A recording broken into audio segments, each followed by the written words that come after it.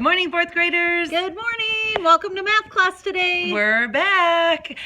We are finally back together, and we're ready to teach you equivalent fractions. So here we go. Here we go. So I'm going to hook you guys up. Hopefully you guys can see. Yesterday, Monday, you got to do it with the fraction bars. Today you're going to do it with multiplication. Okay, so if you see here on my board, I have 3/4.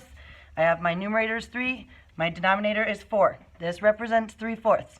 Okay, I have to make 3/4 equal what already equals so many eighths, and I have to figure out how many eighths does that 3/4 equal.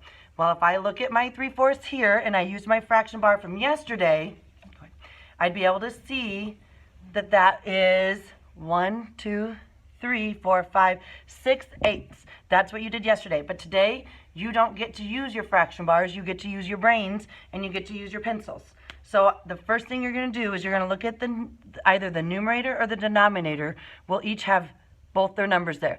This is a letter. We have to figure out what that letter equals. So we have to figure out 4 times what gets me to 8. And you guys know your math facts, so you know that 4 times 2 equals 8. And one of these cool things about fractions is if you do it to the bottom, you do it to the top. So I had 4 times 2 equals 8 down here. Well, since I took times 2 here, I'm going to do times 2 up here. And 3 times 2 is 6. So 3/4, if you look right here, is the same as 6/8. So we got the same answer. This time you did it with multiplication. Okay? So the next one, this is the first part of the problem that you're going to see. You're going to see it already showing you 1/3, and they're going to tell you to take it times something. So here's my 1/3. It's telling you to take your numerator times 2 and your denominator times 2. So 1 times 2 is 2. 3 times 2 is 6. And we can compare it.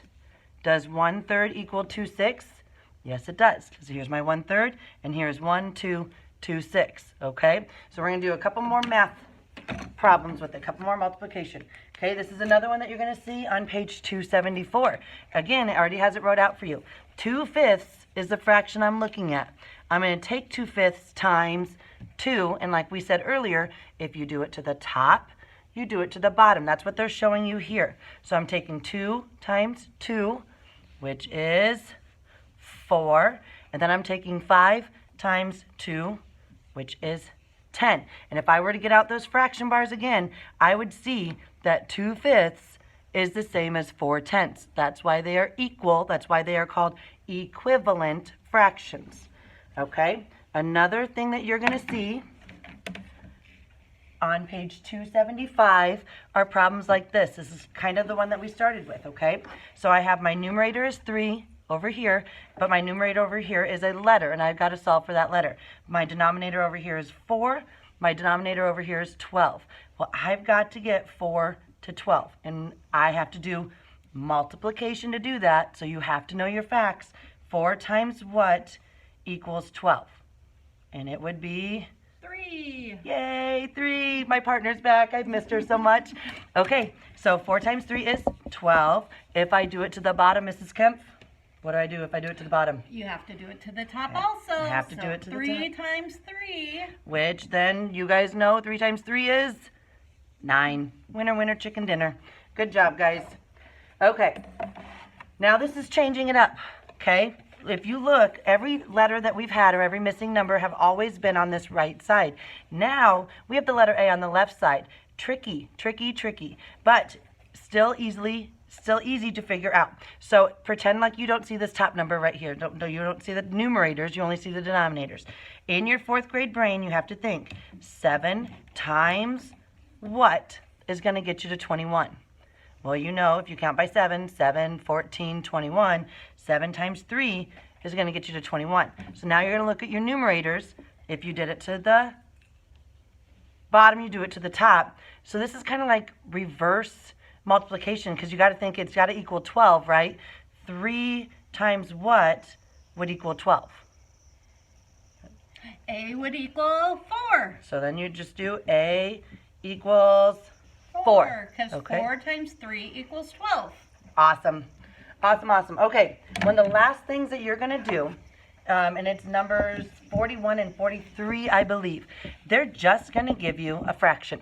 And they're going to say for you to come up with 2 equivalent fractions off of it. Well, that's scary if you look at this because you don't even know where to start.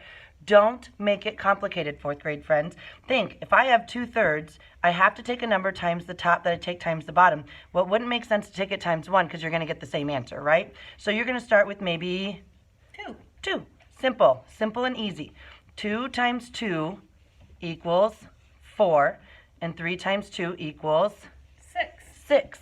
Okay, so that's the first part. Easy. 4/6 is one of my equivalent fractions. Then see how easy it was? I just erased that 2 in there. And rather than being hard and saying like 18, I'm just going to go to what's after 2, which is 3. 2 times 3 is, Mrs. Kemp? 6. And 3 times 3? 9. Boom. That's what we're looking for right there. That's probably the hardest part of your 4th grade day. So we have 2 equivalent fractions. Yes. 4/6 and 6/9. All right, 4th grade friends. Good luck. Sit you out of there. Good luck. Good luck. You can do it. Yes, you can. And we're here if you need us. Bye. Bye.